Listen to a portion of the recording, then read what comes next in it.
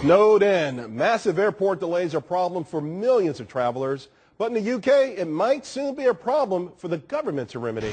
British ministers pushing for new laws that would allow regulators to fine and punish airports for travel disruptions. My next guest says airports should be penalized for not honoring passengers' rights. And in this case, more government is the right answer. Brandon Macsata, Executive Director of the Association for Airline Passengers Rights, joins us now. When we hear more government intervention, it doesn't make me feel warm and fuzzy about things getting better. Well, especially in cold weather like this, we always want to feel warm and fuzzy, right? And I agree with you. And our organization is not calling for complete government intervention on this issue or any issue for that matter. We believe in a balanced approach. And unfortunately, when you look at the issue of, say, tarmac delays, excessive tarmac delays, when the airlines were left to self-police for 10, 15 years, they did absolutely nothing but stick their head in the sand, and meanwhile passengers were left stranded. So we do feel that there has to be some sort of government intervention. Okay, give us the extent of the intervention that you think would be good, but not so onerous that it, I don't know, capsizes capitalism in some way. Absolutely. You know, the bottom line is nobody is blaming the airlines or the airports for that matter for bad weather. However, how the airports and how the airlines respond during circumstances like that is absolutely their responsibility. And like most other things within the airline industry, they implement these rules and their regulations so haphazardly, nobody knows what their rights are. So I think if there should be some basic standards, such as informing the flyers as to what's happening. Why is the flight delayed? How long is it going to be delayed? What are their options?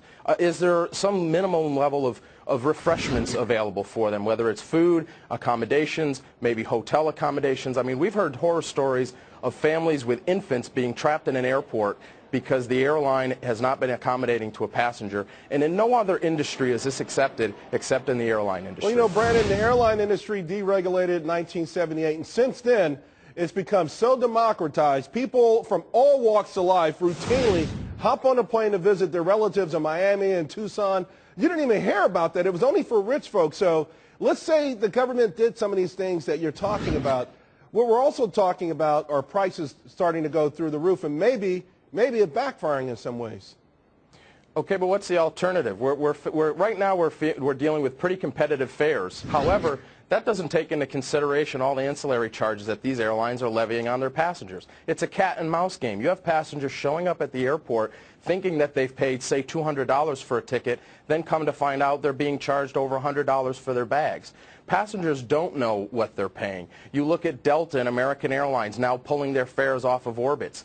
You know, there needs to be more transparency, and government does play a role. We're not calling for complete re-regulation. I mean, heck, all you have to do is look at TSA and the way they're dealing with security measures and what a joke that's become. So we're not calling for complete government intervention because we know that is not the answer. There needs to be a compromise. There needs to be a middle ground in this situation. Now, I got to tell you, when it comes to things like, for instance, the tarmac stuff and the games they play with the on-time, leaving the gate and all that kind of stuff, I agree 1,000%, although I think when you have a storm like the storm we've just experienced, it's really tough to know exactly where the airlines could have gotten it better and to assume somehow government involvement would have done well. I got to tell you, in New York City, the state of New Jersey had a travel emergency, but I really had a heck of a time once I got Manhattan.